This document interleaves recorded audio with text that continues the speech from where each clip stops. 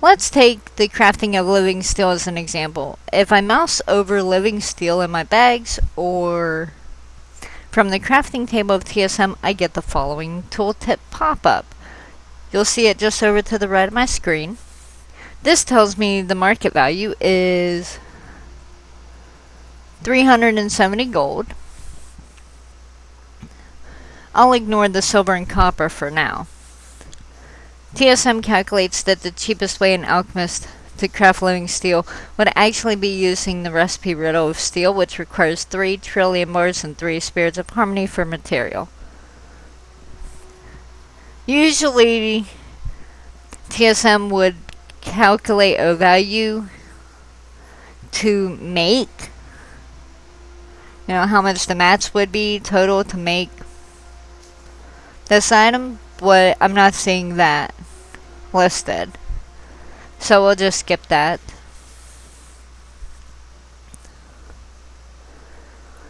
You'll notice in the tooltip that the minimum buyout price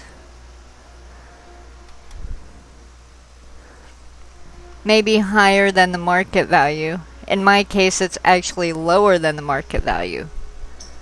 This can sometimes be the case where there's little competition in the market. To take account of this, I could adjust my default craft value method to the following. It would say max, or I would use DB market or DB min buyout instead. This would select the gold as the value and give me a slightly higher profit, providing the item in question sells, that is. Now that we have the basic crafting configuration set up, we can start to refine the basic groups and look at crafting from the professions window.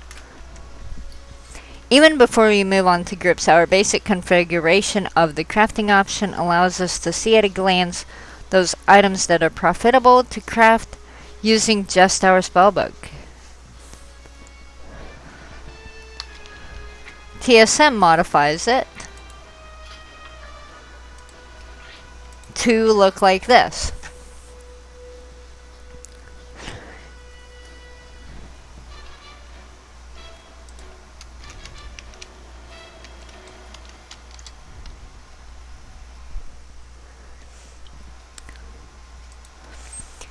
Here, I've clicked on the transmutation of living steel recipe. Queuing this item tells me that the estimated cost, it's not giving me an estimated cost or estimated profit.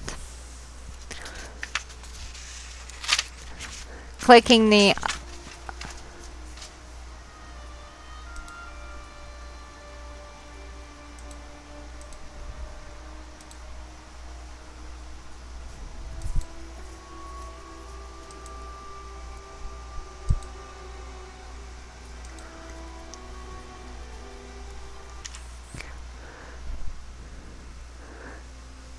the item column here switches TSM to show profit instead of item value. This can be very useful to quickly see which items are potentially profitable to craft. These items can be queued and will appear in the right-hand panel. With this basic configuration, you should be able to identify profitable items to craft, but the power of TSM is in the use of groups, which we'll cover. The general group called crafting is too broad, so it's best to create subgroups below it.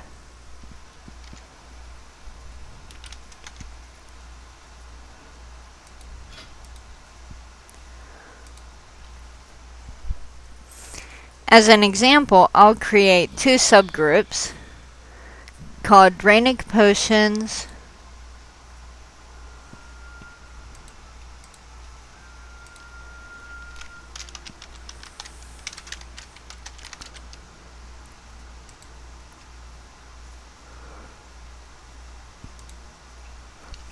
and Drainic Flask.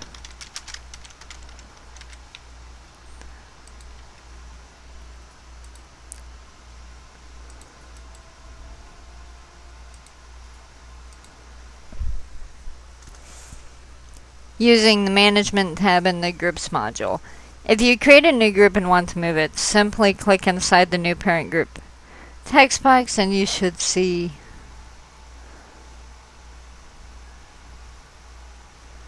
all this here.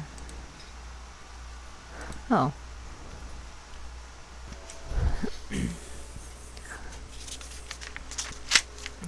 Clicking inside the text box, New Parent Group,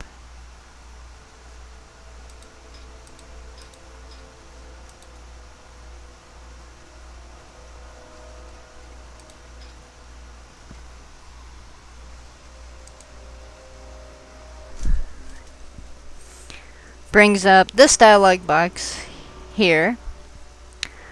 Here I am moving the Drainic Potions groups. I've already moved them to the crafts. This is important as we may want to apply an operation at the crafts level later.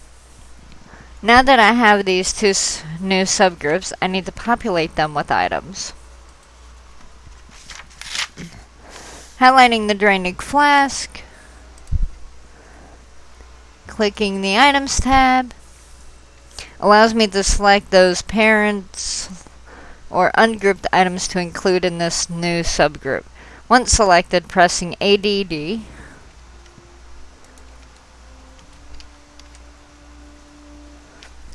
Add moves the items over to the right hand panel.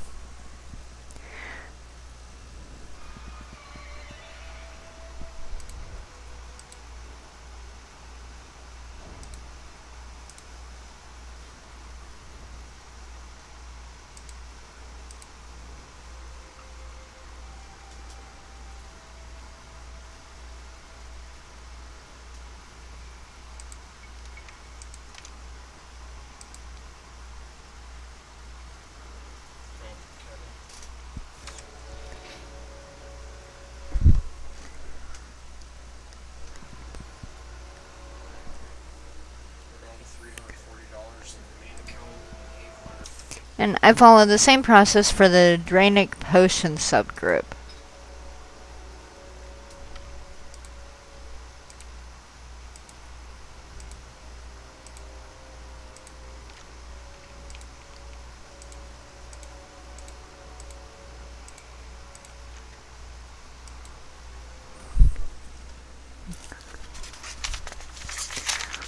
Now that I've set up my two crafting subgroups, I can apply the generic alchemy operations.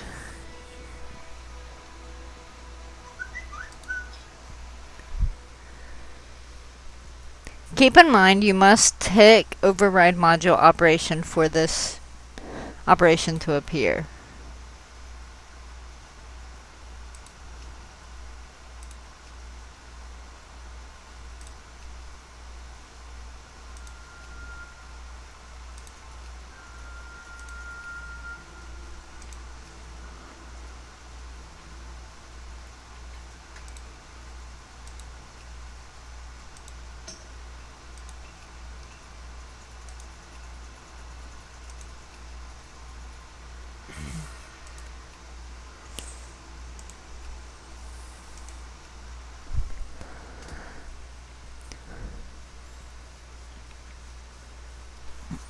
I'll cover the mailing operation a little later.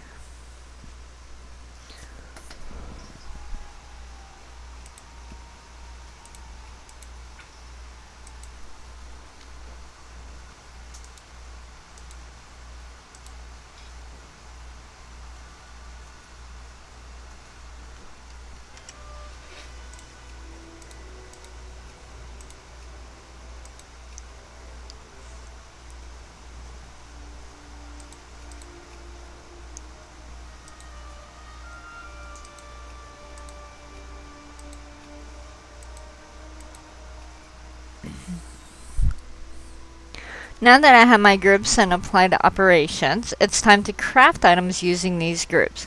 We do this by closing the TSM configuration module